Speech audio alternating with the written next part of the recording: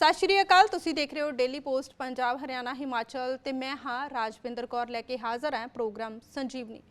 राहत इंदौरी ने लिखा है कि आंखों में पानी, होठों पे चंगारी रखो, जिंदा रहना है तो तरकीबें बहुत सारी रखो, क्योंकि जद भी गर्मी का मौसम आता है, जद भी बरसात का मौसम आता है, मानसून का मौसम आता है, तो सानू तरकीबां कुछ इस तरह दियां बना के रखनियां पैणगियां कि इस समय दे विच होण वालियां बीमारियां, खास करके डेंगू की गल कर लीए, चिकनगुनिया जां मलेरिया, कि किस तरह उस तो बचा किया जा सकता है। क्योंकि अक्सर ही असीं देखते हैं कि जद भी बरसात का मौसम हुंदा है जां मॉनसून का सीजन हुंदा है तो मलेरिया के केसां दे विच वाधा हो जाता है। वर्ल्ड वाइड देखिए तो इसकी डैथ रेट काफ़ी ज़्यादा, सो समय सिर इसका इलाज ना किया जाए तो मलेरिया खतरनाक भी हो सकता है। समय सिर इसके लक्षणों को पहचान के इसका इलाज करना बहुत ज़्यादा जरूरी है, क्योंकि जेकर वायरल फीवर की गल कर लीए तो बहुत सारे लोग कन्फ्यूज़ रहते हैं कि किते उन्होंने वायरल फीवर तो नहीं, पर जब समस्या ज़्यादा बढ़ जाती है तो फिर चिंता होनी शुरू हो जाती है। चिंता होनी जायज़ भी है कि हुण की किया जाए, किस तरह इस तो बचा किया जा सके, क्योंकि इससे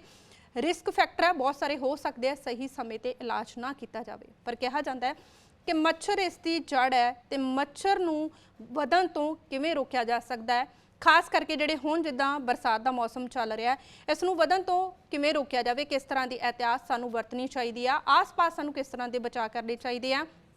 अज के इस प्रोग्राम के विच असीं मलेरिया बारे डिस्कस करांगे। तुसीं भी साडे नाल जुड़ सकते हो, सानूं फोन कॉल कर सकते हो, तो जो भी तुहाडी समस्या है मलेरिया नाल जुड़ी हुई कि किस तरह की खुराक लैनी चाहिए है, किस तरह दी सावधानियां वरतनियां चाहिए ने, कद जरूरत पैंदी है, कद सानूं महसूस हुंदा कि हुण हस्पताल जाना चाहिए और की इहदे रिस्क फैक्टर ने, इस दे बारे गलबात करांगे। पर उस तो पहलां तुहानूं एक रिपोर्ट दिखाउंदे हां कि मलेरिया है की है, किस तरह फैलदा है ते किस तरह इस तो बचाव किया जा सकता है।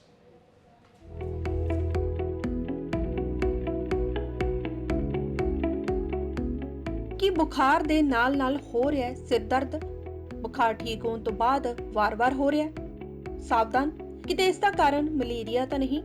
मलेरिया एनोफ्लीज मच्छर दे कट्टण नाल फैलदा है। कि चिकन जां खंघण नाल फैलदा मलेरिया। की है मलेरिया? कि मलेरिया कारण हो सकती है मौत।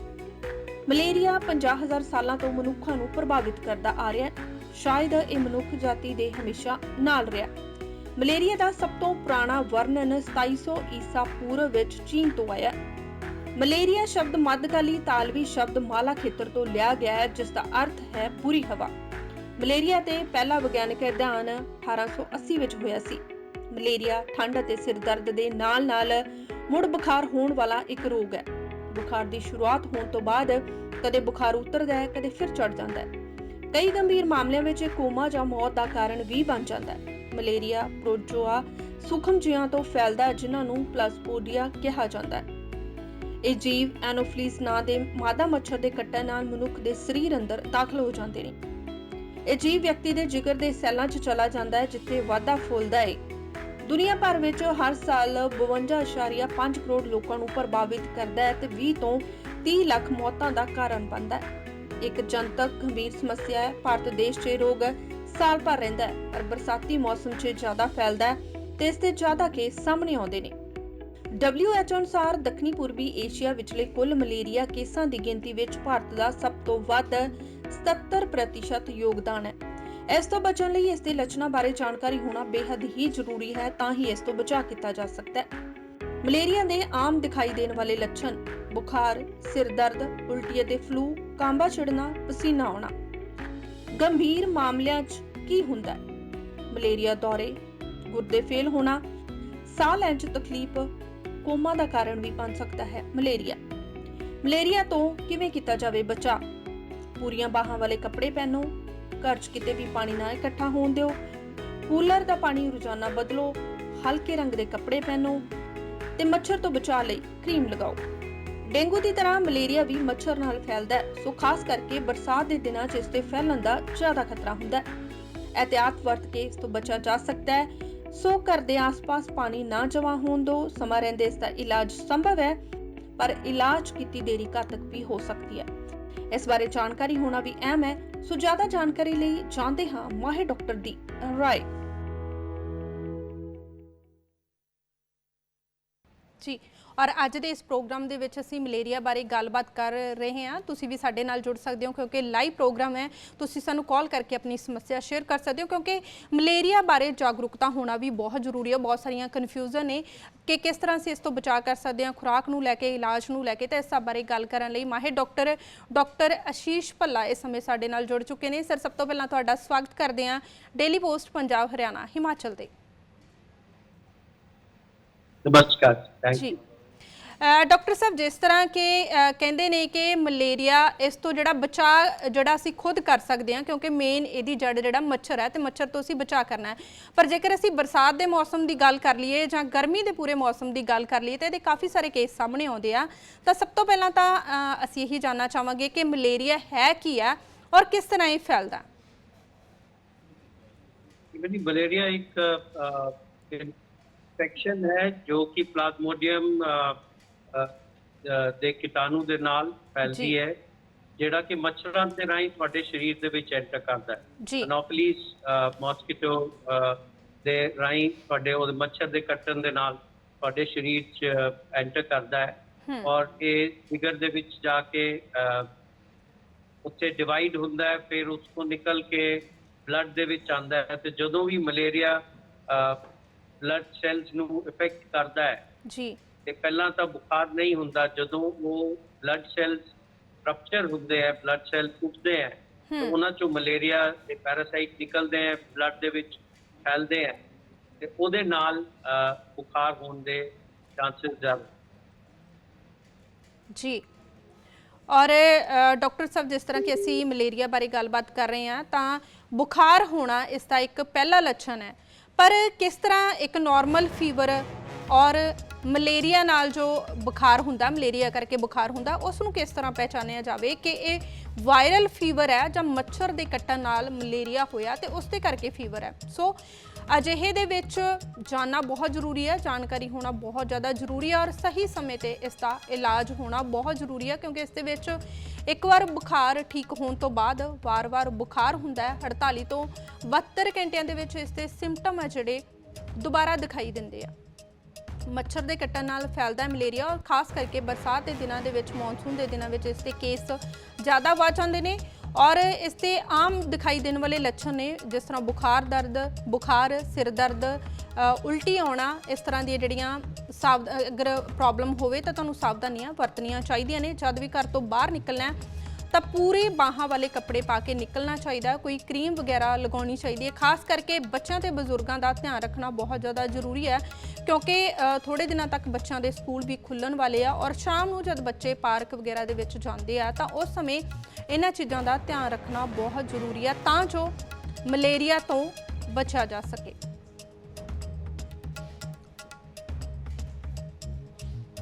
ਜੀ, ਔਰ ਜੇਕਰ ਗੰਭੀਰ ਹੋ ਜਾਵੇ ਮਲੇਰੀਆ, ਸਹੀ ਸਮੇਂ ਤੇ ਦਵਾਈ ਨਾ ਲਈ ਜਾਵੇ ਤਾਂ ਬਹੁਤ ਸਾਰੇ ਰਿਸਕ ਫੈਕਟਰ ਨੇ ਜਿਸ ਤਰ੍ਹਾਂ ਕਿ ਗੁਰਦੇ ਫੇਲ ਹੋਣਾ, ਇਹ ਵੀ ਇੱਕ ਰਿਸਕ ਫੈਕਟਰ ਹੈ। ਸਹੀ ਸਮੇਂ ਤੇ ਇਲਾਜ ਨਹੀਂ ਕੀਤਾ ਜਾਂਦਾ ਤਾਂ ਗੁਰਦੇ ਫੇਲ ਹੋ ਸਕਦੇ ਨੇ। ਸੋ ਸਾਵਧਾਨੀ ਰੱਖਣਾ ਤੇ ਇਹਤਿਆਤ ਵਰਤਣਾ ਬਹੁਤ ਜ਼ਿਆਦਾ ਜ਼ਰੂਰੀ ਹੈ ਜੀ। ਡਾਕਟਰ ਆਸ਼ੀਸ਼ ਭੱਲਾ ਸਾਡੇ ਨਾਲ ਜੁੜੇ ਹੋਏ ਨੇ। ਤਾਂ ਡਾਕਟਰ ਸਾਹਿਬ, ਜਿਸ ਤਰ੍ਹਾਂ ਤੁਸੀਂ ਕਿਹਾ ਕਿ ਇਹਦੇ ਲੱਛਣਾਂ ਦੀ ਅਸੀਂ ਗੱਲ ਕਰੀਏ ਤਾਂ ਤੁਸੀਂ ਕਿਹਾ ਕਿ ਇਹਦੇ ਨਾਲ ਬੁਖਾਰ ਹੁੰਦਾ, ਪਰ ਕਨਫਿਊਜ਼ਨ ਇਹ ਹੁੰਦੀ ਹੈ ਕਿ ਵਾਇਰਲ ਫੀਵਰ ਹੋ ਗਿਆ, ਸਿੰਪਲ ਫੀਵਰ ਹੈ ਜਾਂ ਮੱਛਰ ਦੇ ਕੱਟਣ ਨਾਲ ਹੋਇਆ ਫੀਵਰ ਹੈ। ਕਿਸ ਤਰ੍ਹਾਂ ਪਹਿਚਾਣ ਕੀਤੀ ਜਾਵੇ, ਕੀ ਸਿੰਪਟਮ ਇਹਦੇ ਹੋਰ ਹੁੰਦੇ ਨੇ ਜਿਸ ਤੋਂ ਪਤਾ ਲੱਗ ਸਕੇ ਕਿ ਮਲੇਰੀਆ ਕਾਰਨ ਹੋ ਰਿਹਾ? ਆਲਮੋਸਟ ਇੰਪੋਸੀਬਲ, ਇਹ ਨਹੀਂ ਪਤਾ ਕੀਤਾ ਜਾ ਸਕਦਾ ਜੀ ਸ਼ੁਰੂਆਤ ਦੇ ਵਿੱਚ ਕਿਉਂਕਿ ਜੇ ਅਸੀਂ ਗੱਲ ਕਰੀਏ ਡੇਂਗੀ ਜਾਂ ਚਿਕਨਗੁਨੀਆ ਜਾਂ ਟਾਈਫਾइड ਫੀਵਰ, ਮਲੇਰੀਆ, ਉਹ ਸਭ ਇੱਕੋ ਹੀ ਤਰ੍ਹਾਂ ਪ੍ਰੈਜ਼ੈਂਟ ਕਰਦੇ ਹੈ। ਸਾਰਿਆਂ ਦੀ ਪ੍ਰੈਜ਼ੈਂਟੇਸ਼ਨ ਉਹੀ ਹੈ। ਬੁਖਾਰ ਮਲੇਰੀਆ ਦੇ ਵਿੱਚ ਕਹਿੰਦੇ ਠੰਡ ਲੱਗ ਕੇ ਬੁਖਾਰ ਜ਼ਿਆਦਾ ਚੜ੍ਹਦਾ ਹੈ, ਪਰ ਉਹ ਵਾਇਰਲ ਫੀਵਰ ਦੇ ਵਿੱਚ ਵੀ ਇਸ ਤਰ੍ਹਾਂ ਹੋ ਸਕਦਾ ਹੈ। ਤੁਹਾਨੂੰ ਪਿਸ਼ਾਬ ਦੀ ਇਨਫੈਕਸ਼ਨ ਹੋਏ ਤਾਂ ਵੀ ਹੋ ਸਕਦਾ ਹੈ, ਨਿਮੋਨੀਆ ਹੋਏ ਤਾਂ ਵੀ ਬੁਖਾਰ ਇਸ ਤਰ੍ਹਾਂ ਹੀ ਹੋ ਸਕਦਾ ਹੈ। So it is practically impossible ਬੁਖਾਰ ਦੇ ਲੱਛਣ ਦੇਖ ਕੇ ਪਤਾ ਕਰਨਾ। ਪੁਰਾਣੇ ਜ਼ਮਾਨੇ ਦੇ ਵਿੱਚ ਜਦੋਂ ਸਾਡੇ ਕੋਲ ਬੁਖਾਰ ਘੱਟ ਕਰਨ ਦੀਆਂ ਦਵਾਈਆਂ ਨਹੀਂ ਸੀ ਹੁੰਦੀਆਂ, ਟਾਕਿੰਗ ਅਬਾਊਟ ਘੱਟ ਤੋਂ ਘੱਟ 80-100 ਸਾਲ ਪਹਿਲਾਂ ਦੀ ਗੱਲ, ਜਦੋਂ ਪੈਰਾਸੀਟਾਮੋਲ ਨਹੀਂ ਸੀ ਹੁੰਦੀ ਤੇ ਬੁਖਾਰ ਘੱਟ ਨਹੀਂ ਸੀ ਕੀਤਾ ਜਾ ਸਕਦਾ। ਤਾਂ ਉਹ ਬੁਖਾਰ ਕੁਝ ਇਸ ਤਰ੍ਹਾਂ ਮੈਨੀਫੈਸਟ ਕਰਦਾ ਸੀ ਕਿ ਹਰ ਰੋਜ਼ ਹੋਣਾ ਜਾਂ ਇੱਕ ਦਿਨ ਛੱਡ ਕੇ ਹੋਣਾ ਜਾਂ ਤੀਸਰੇ ਦਿਨ ਹੋਣਾ, ਤੇ ਉਸ ਤੋਂ ਅੰਦਾਜ਼ਾ ਲੱਗਦਾ ਸੀ ਮਲੇਰੀਆ ਦਾ। ਅੱਜ ਦੀ ਡੇਟ ਦੇ ਵਿੱਚ ਉਹ ਨਹੀਂ ਹੋ ਸਕਦਾ, ਕਿਉਂਕਿ ਕਿਸੇ ਨੂੰ ਵੀ ਥੋੜਾ ਜਿਹਾ ਵੀ ਬੁਖਾਰ ਚੜਦਾ ਹੈ। जी, और जिस तरह डॉक्टर साहब ने कहा कि जेकर मलेरिया है तद भी बुखार हुंदा है, टाइफाइड है तो उहदे विच भी बुखार हुंदा है, सिंपल वायरल है तो उहदे विच भी बुखार है जिहड़ा कांबा लग के हुंदा। सो इस नूं लक्षणां नूं देख के पहचानना मुश्किल हो जाता है कि ये मलेरिया करके हो रहा है, डेंगू करके है, चिकनगुनिया जां टाइफाइड है। सो अजिहे दे विच फिर इस दी किस तरह पहचान की जाए, ये भी एक सवाल है। इनू किस तरह डायग्नोसिस किया जाता है, किस तरह का ਇਹਦਾ ਟੈਸਟ ਕੀਤਾ ਜਾਂਦਾ, ਜਿਸ ਤੋਂ ਬਾਅਦ ਇਹ ਪਤਾ ਲੱਗ ਸਕੇ ਕਿ ਕੀ ਇਹ ਮਲੇਰੀਆ ਕਰਕੇ ਹੋ ਰਿਹਾ ਹੈ, ਤੇ ਜੇਕਰ ਮਲੇਰੀਆ ਹੋ ਜਾਂਦਾ ਹੈ ਤਦ ਇਸ ਦਾ ਕਿਸ ਤਰ੍ਹਾਂ ਦਾ ਟ੍ਰੀਟਮੈਂਟ ਰਹਿੰਦਾ ਹੈ ਤੇ ਕਦ ਹਾਲਾਤ ਅਜਿਹੇ ਹੋ ਜਾਂਦੇ ਨੇ। ਜੀ ਡਾਕਟਰ ਆਸ਼ੀਸ਼, ਜਿਸ ਤਰ੍ਹਾਂ ਤੁਸੀਂ ਕਿਹਾ ਕਿ ਸਿਰਫ ਇਸ ਦੇ ਲੱਛਣ ਦੇਖ ਕੇ, ਜਿਵੇਂ ਬੁਖਾਰ ਦੇ ਲੱਛਣ ਹੈ, ਕਾਂਬਾ ਛਿੜਨਾ, ਉਹਨਾਂ ਤੋਂ ਨਹੀਂ ਪਹਿਚਾਨਿਆ ਜਾ ਸਕਦਾ ਕਿ ਮਲੇਰੀਆ ਹੈ। ਫਿਰ ਇਸ ਨੂੰ ਡਾਇਗਨੋਸਿਸ ਕਿਸ ਤਰ੍ਹਾਂ ਕੀਤਾ ਜਾਂਦਾ ਹੈ, ਕਿਸ ਤਰ੍ਹਾਂ ਦੀ ਪਹਿਚਾਣ ਕੀਤੀ ਜਾਂਦੀ ਹੈ ਕਿ ਮਲੇਰੀਆ ਹੋ ਚੁੱਕਿਆ? देखिए, ਉਹਦੇ ਲਈ ब्लड टेस्ट करना बहुत जरूरी है। बिना ब्लड टेस्ट किए नहीं पता लग सकता कि मलेरिया है या नहीं है जी। तो इस ਲਈ ਉਹਦੇ ਕੁਝ ਤਰੀਕੇ ਹੁੰਦੇ हैं। जिस तरह मैं ਕਿਹਾ ਕਿ ਸਭ ਤੋਂ ਪਹਿਲਾ ਕਾਰਨ ਹੈ ਵਾਇਰਲ ਫੀਵਰ ਦੇ ਨਾਲ ਬੁਖਾਰ ਹੋਣਾ। Viral fever normally self limiting ਹੁੰਦਾ ਹੈ, 2-3 ਦਿਨ ਦੇ ਵਿੱਚ ਖਤਮ ਹੋ ਜਾਂਦਾ ਹੈ। ਪਰ ਜੋ ਮਲੇਰੀਆ ਹੈ वो 2-3 दिन के बाद कंटिन्यू रहता है और खराब कर सकता है जी। तो इस करके पहले 24-48 घंटे दे विच असी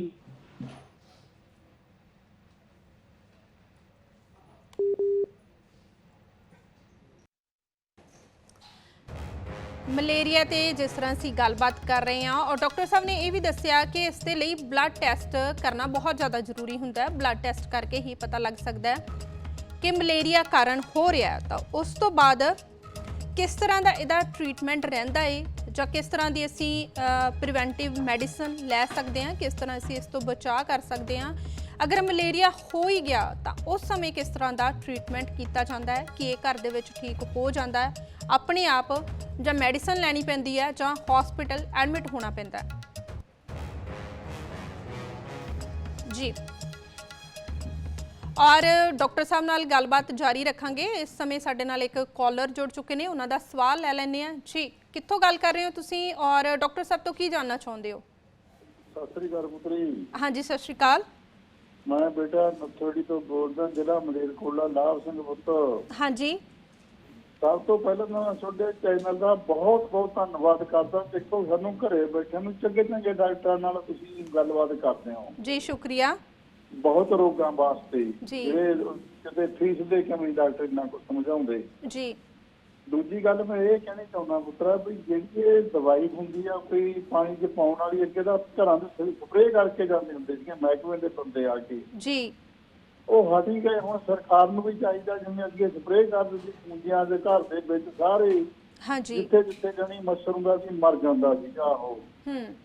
ਵੀ ਸਰਕਾਰ ਨੂੰ ਕੋਈ ਦਵਾਈ ਇਹੋ ਜਿਹੀ ਦੇਣੀ ਚਾਹੀਦੀ ਆ, ਚਾਹੇ ਹਸਪਤਾਲ ਤੋਂ ਮਿਲਦੀ ਆ ਤਾਂ ਡਾਕਟਰ ਸਾਹਿਬ ਦੱਸ ਦੇਣ, ਫਿਰ ਲਿਆ ਕੇ ਘਰਾਂ 'ਚ ਅਸੀਂ ਦਵਾਈ ਪਾ ਸਕਦੇ ਹਾਂ ਆਪਣੀ ਜੀ। ਖੜੇ ਪਾਣੀ ਜਾਂ ਹੋਰ ਕਿਤੇ ਨਹੀਂ ਖਾਣਾ ਪੁੱਤਰਾ। ਜੀ ਬਿਲਕੁਲ, ਤੁਹਾਡਾ ਸਵਾਲ ਬਹੁਤ ਵਾਜਿਬ ਹੈ, ਕਿਉਂਕਿ ਅਕਸਰ ਹੀ ਅਸੀਂ ਦੇਖਦੇ ਹਾਂ ਕਿ ਬਰਸਾਤ ਦੇ ਦਿਨਾਂ ਦੇ ਵਿੱਚ ਜਦ ਬਰਸਾਤ ਹੁੰਦੀ ਹੈ ਤਾਂ ਘਰਾਂ ਦੇ ਆਲੇ ਦੁਆਲੇ ਪਾਣੀ ਇਕੱਠਾ ਹੋ ਜਾਂਦਾ, ਜਿਸ ਤੋਂ ਮੱਛਰ ਵੱਧਦੇ ਨੇ, ਮੱਛਰ ਪਨਪਦੇ ਨੇ। ਕਿਸ ਤਰ੍ਹਾਂ ਅਸੀਂ ਉਹਨਾਂ ਮੱਛਰਾਂ ਤੋਂ ਬਚਾਅ ਕਰ ਸਕਦੇ ਹਾਂ, ਕਿਸ ਤਰ੍ਹਾਂ ਉਹ ਜਿਹੜਾ ਪਾਣੀ ਹੈ ਉਸ ਤੋਂ ਮੱਛਰ ਹੁੰਦੇ ਆ ਤਾਂ ਉਸ ਪਾਣੀ ਦੇ ਵਿੱਚ ਕੀ ਅਸੀਂ ਅਜਿਹਾ ਪਾ ਸਕਦੇ ਹਾਂ ਕਿ ਉਸ ਤੋਂ ਮੱਛਰ ਵਧਣ ਨਾ, ਜਾਂ ਸਾਡੇ ਆਸ-ਪਾਸ ਕੋਈ ਖਾਲੀ ਗਮਲੇ ਹੁੰਦੇ ਆ ਜਾਂ ਬਰਤਨ ਹੁੰਦੇ ਆ ਉਹਨਾਂ ਦੇ ਵਿੱਚ ਵੀ ਪਾਣੀ ਖੜਾ ਹੋ ਜਾਂਦਾ, ਤਾਂ ਅਜਿਹੇ ਦੇ ਵਿੱਚ ਜੋ ਇਸ ਦੀ ਜੜ ਹੈ ਮੱਛਰ, ਉਹਨਾਂ ਨੂੰ ਖਤਮ ਕਰਨਾ ਬਹੁਤ ਜ਼ਿਆਦਾ ਜ਼ਰੂਰੀ ਹੈ।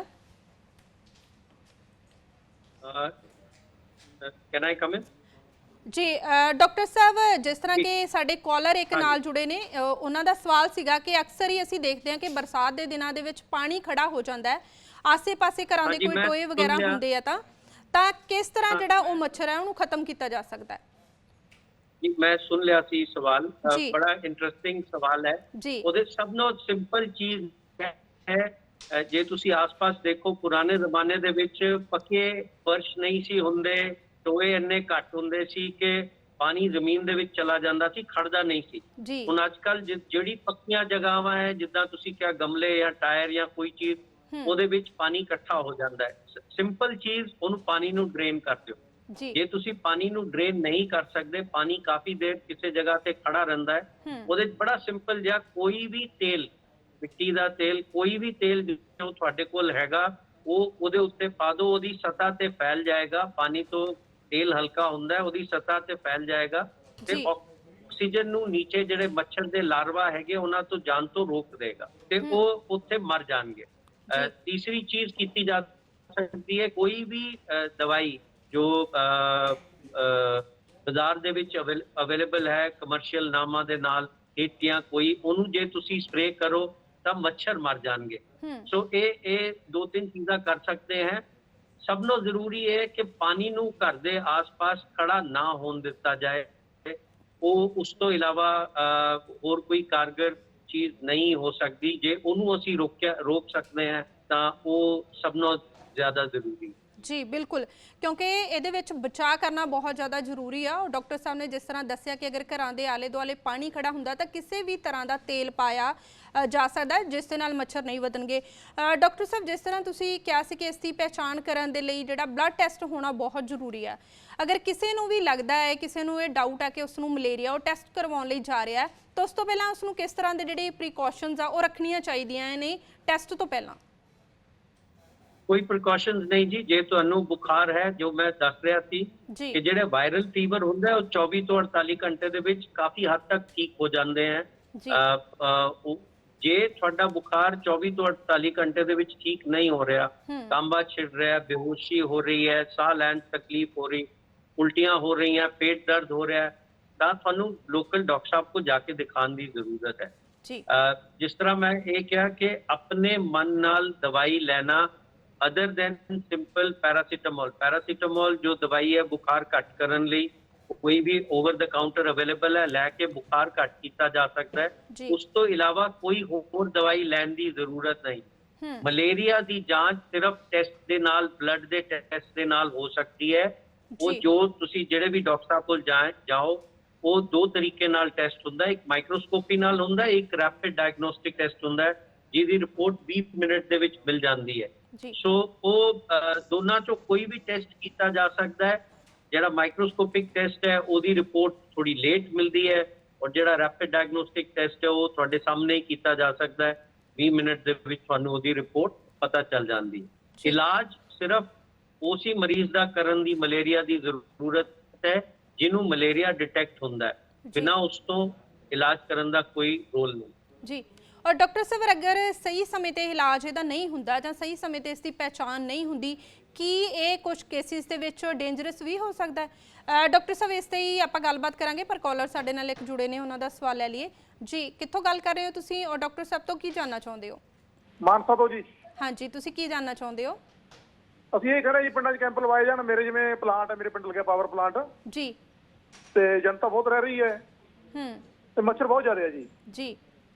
ਤੇ ਕੋਈ ਸਪਰੇਅ ਕਰਾਈ ਜਾਵੇ ਜਾਂ ਕੋਈ ਅਸੀਂ ਨਾਲ ਸਹਿਯੋਗ ਵੀ ਦੇਣਾ ਪੰਚਾਇਤ ਤੌਰ ਤੇ ਜੀ। ਹਾਂਜੀ ਡਾਕਟਰ ਸਾਹਿਬ, ਬਿਲਕੁਲ, ਕਿਉਂਕਿ ਬਹੁਤ ਸਾਰੇ ਅਜੇ ਵੀ ਜਾਗਰੂਕਤਾ ਦੀ ਕਮੀ ਹੈ। ਜਿਸ ਤਰ੍ਹਾਂ ਕਿ ਹੁਣੇ ਕਾਲਰ ਦਾ ਫੋਨ ਆਇਆ, ਉਹ ਕਹਿੰਦੇ ਕਿ ਕੋਈ ਇਸ ਤਰ੍ਹਾਂ ਦੇ ਕੈਂਪ ਲਗਾਉਣੇ ਚਾਹੀਦੇ ਆ ਜਾਂ ਸਰਕਾਰ ਵੱਲੋਂ ਕੋਈ ਇਸ ਤਰ੍ਹਾਂ ਦੀਆਂ ਮੈਡੀਸਨ ਹੈ ਜਿਹੜੀ ਉਹਨਾਂ ਦਾ ਛਿੜਕਾਅ ਕਰਵਾਉਣਾ ਚਾਹੀਦਾ ਤਾਂ ਜੋ ਮੱਛਰ ਨਾ ਪਨਪੇ। ਹੋਰ ਕੀ ਤੁਸੀਂ ਐਡਵਾਈਸ ਦੇਣਾ ਚਾਹੋਗੇ?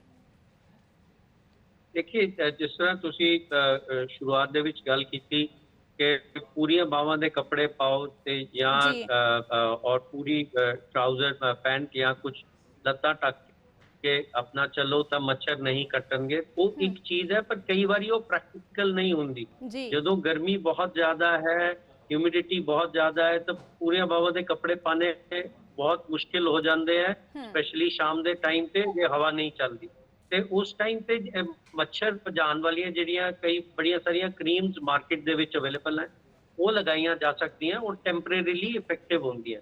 ਮੱਛਰਾਂ ਨੂੰ ਘਰ ਦੇ ਅੰਦਰ ਆਉਣ ਤੋਂ ਰੋਕਣ ਲਈ ਨੈਟਸ ਲਗਾਏ ਜਾ ਸਕਦੇ, ਸਕਰੀਨ ਲਗਾਈਆਂ ਜਾ ਸਕਦੀਆਂ ਜਿਹਦੇ ਨਾਲ ਕਿ ਮੱਛਰ ਤੁਹਾਡੇ ਘਰ ਦੇ ਅੰਦਰ ਨਹੀਂ ਆ ਸਕਦੇ। ਸਰਕਾਰ ਬੜੇ ਸਾਰੇ ਉਪਰਾਲੇ ਕਰਦੀ ਹੈ। ਮੈਨੂੰ ਪਿੰਡਾਂ ਦਾ ਗਿਆਨ ਨਹੀਂ ਹੈਗਾ, ਪਰ ਮੈਂ ਮੁਹਾਲੀ ਬਾਰੇ ਦੱਸ ਸਕਦਾ ਕਿ ਲਾਸਟ ਵੀਕ ਤੋਂ ਉਹਨਾਂ ਨੇ ਜਿੱਥੇ ਵੀ ਝਾੜੀਆਂ ਹੈ, ਜਿੱਥੇ ਵੀ ਪਾਣੀ ਖੜਾ ਹੋਣ ਦੀ ਹੋ ਸਕਦਾ ਹੈ, ਕਾਰਨ ਬਣ ਸਕਦਾ ਹੈ ਮੱਛਰ ਦਾ, ਉੱਥੇ ਸਰਕਾਰ ਨੇ, ਮਿਊਨਿਸਪੈਲਿਟੀ ਨੇ ਸਪਰੇ ਕਰਨਾ ਸ਼ੁਰੂ ਕਰ ਦਿੱਤਾ ਹੈ ਜੀ। ਕੁਝ ਹੱਦ ਤੱਕ ਉਹ ਸਪਰੇ ਇਫੈਕਟਿਵ ਹੁੰਦਾ ਹੈ, ਪਰ ਜੇ ਉਹ ਬਾਰ-ਬਾਰ ਨਹੀਂ ਕੀਤਾ ਜਾਏ, ਤੁਸੀਂ 3-4 ਹਫ਼ਤੇ 'ਚ ਇੱਕ ਵਾਰੀ ਕਰੋਗੇ ਤਾਂ ਉਹਦਾ ਕੋਈ ਫਾਇਦਾ ਨਹੀਂ ਹੁੰਦਾ। ਉਹ ਤੁਹਾਨੂੰ ਹਫ਼ਤੇ ਦੇ ਹਫ਼ਤੇ ਕਰਾਉਣਾ, ਔਰ ਉਹਦੇ ਲਈ ਤੁਹਾਨੂੰ ਲੋਕਲ ਆਪਣੀ ਮਿਊਨਿਸਪਲ ਕਾਰਪੋਰੇਸ਼ਨ ਕੋਲ ਜਾ ਕੇ ਰਿਕੁਐਸਟ ਦੇਣੀ ਪਏਗੀ। ਜਿੱਥੇ ਝਾੜੀਆਂ ਘਾਹ ਉੱਗਿਆ ਹੋਇਆ ਹੈ ਉਹਨੂੰ ਕੱਟ ਦਿੱਤਾ ਜਾ ਸਕਦਾ ਹੈ ਤੇ ਉੱਥੇ ਮੱਛਰ ਨਹੀਂ ਹੋਣਗੇ। ਪਾਣੀ ਜਿੱਥੇ ਇਕੱਠਾ ਹੈ ਉਹਨੂੰ ਪਾਣੀ ਨੂੰ ਇਕੱਠਾ ਨਹੀਂ ਹੋਣ ਦਿਓ, ਤਾਂ ਉੱਥੇ ਮੱਛਰ ਨਹੀਂ ਹੋ। ਜੀ ਡਾਕਟਰ ਸਾਹਿਬ, ਕਾਲਰ ਸਾਡੇ ਨਾਲ ਇਸ ਸਮੇਂ ਇੱਕ ਹੋਰ ਜੁੜ ਚੁੱਕੇ ਨੇ ਜੋ ਆਪਣੀ ਕੋਈ ਪ੍ਰੋਬਲਮ ਸਾਡੇ ਨਾਲ ਸ਼ੇਅਰ ਕਰਨਾ ਚਾਹੁੰਦੇ ਨੇ। ਜੀ, ਕਿੱਥੋਂ ਗੱਲ ਕਰ ਰਹੇ ਹੋ ਤੁਸੀਂ, ਔਰ ਤੁਸੀਂ ਆਪਣਾ ਸਵਾਲ ਕਰ ਸਕਦੇ ਹੋ। ਹਾਂਜੀ, ਤੁਸੀਂ ਆਪਣਾ ਸਵਾਲ ਕਰ ਸਕਦੇ ਹੋ।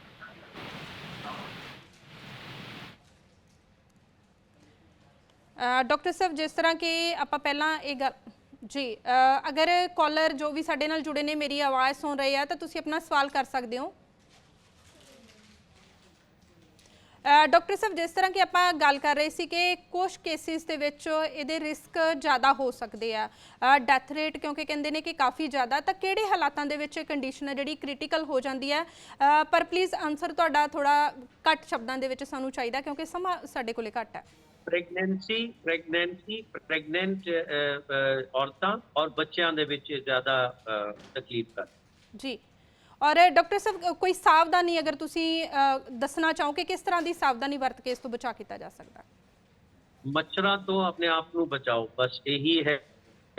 ਪਹਿਲਾਂ ਜੋ ਗਵਰਨਮੈਂਟ ਦਾ ਏਮ ਸੀ ਕਿ ਅਸੀਂ ਮਲੇਰੀਆ ਨੂੰ ਇਰੈਡੀਕੇਟ ਕਰ ਦਾਂਗੇ, ਅਸੀਂ ਕੰਟਰੋਲ ਕਰਾਂਗੇ, ਪਰ WHO ਨੇ ਕਹਿ ਦਿੱਤਾ ਹੈ ਕਿ ਮੱਛਰ ਤੋਂ ਬਚਾਉਣ ਦੀ ਜ਼ਿੰਮੇਵਾਰੀ ਇੰਡੀਵਿਜੂਅਲ ਆਦਮੀ ਦੀ ਹੈ। ਤੁਸੀਂ ਖੁਦ ਆਪਣੇ ਆਪ ਨੂੰ ਮੱਛਰ ਤੋਂ ਬਚਾਉਣਾ ਹੈ ਤੇ ਉਹ that is the major prevention ਜੀ। ਇਸ ਤੋਂ ਵੱਡੀ ਪ੍ਰੀਵੈਂਸ਼ਨ ਨਹੀਂ ਹੈ ਜੀ। ਡਾਕਟਰ ਭੱਲਾ, ਤੁਸੀਂ ਸਾਡੇ ਨਾਲ ਅੱਜ ਦੇ ਇਸ ਪ੍ਰੋਗਰਾਮ ਦੇ ਵਿੱਚ ਜੁੜੇ, ਉਸ ਲਈ ਤੁਹਾਡਾ ਬਹੁਤ ਬਹੁਤ ਧੰਨਵਾਦ।